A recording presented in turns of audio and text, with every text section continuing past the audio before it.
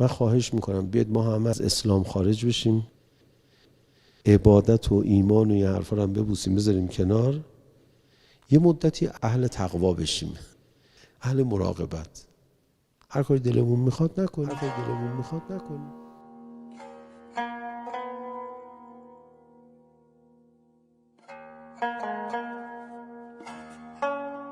مراقبت کردن نقطه مقابلش چیه؟ دلم میخواد،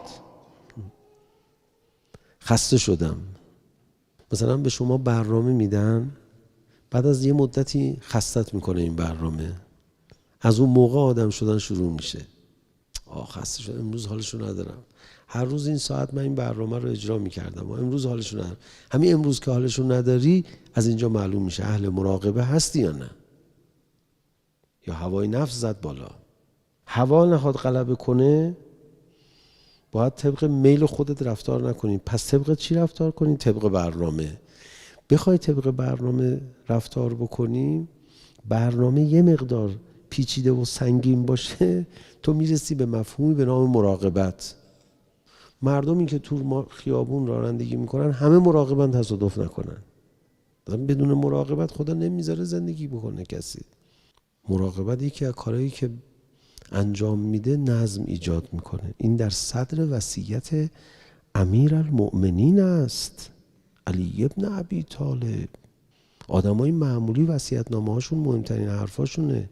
ایشون که فرد معمولی نبود، ایشون همه عمرش همه حرفاش مهمترین حرفای عالم خلقت بود. اوصیکما به تقوی الله و نظم امرکم. نظم ناشی از تقواست.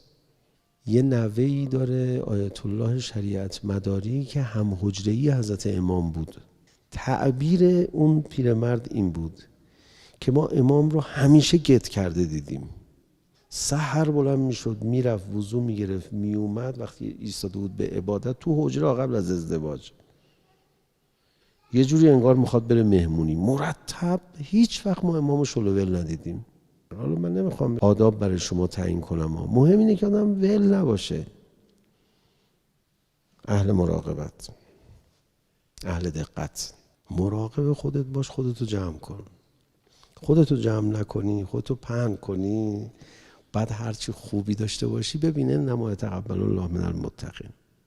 خودشو پهن کرده، حالا دلش هم برای نمیدونم امام زمان تنگ شده، یفی میخواد دای ندبه هم را بندازه. ببین اول خودتو جمع کن.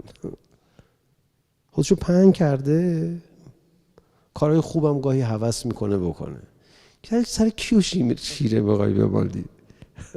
اهل مراقبت باشید. ببینید چقدر طاقت دارید، کم کم شروع کنید.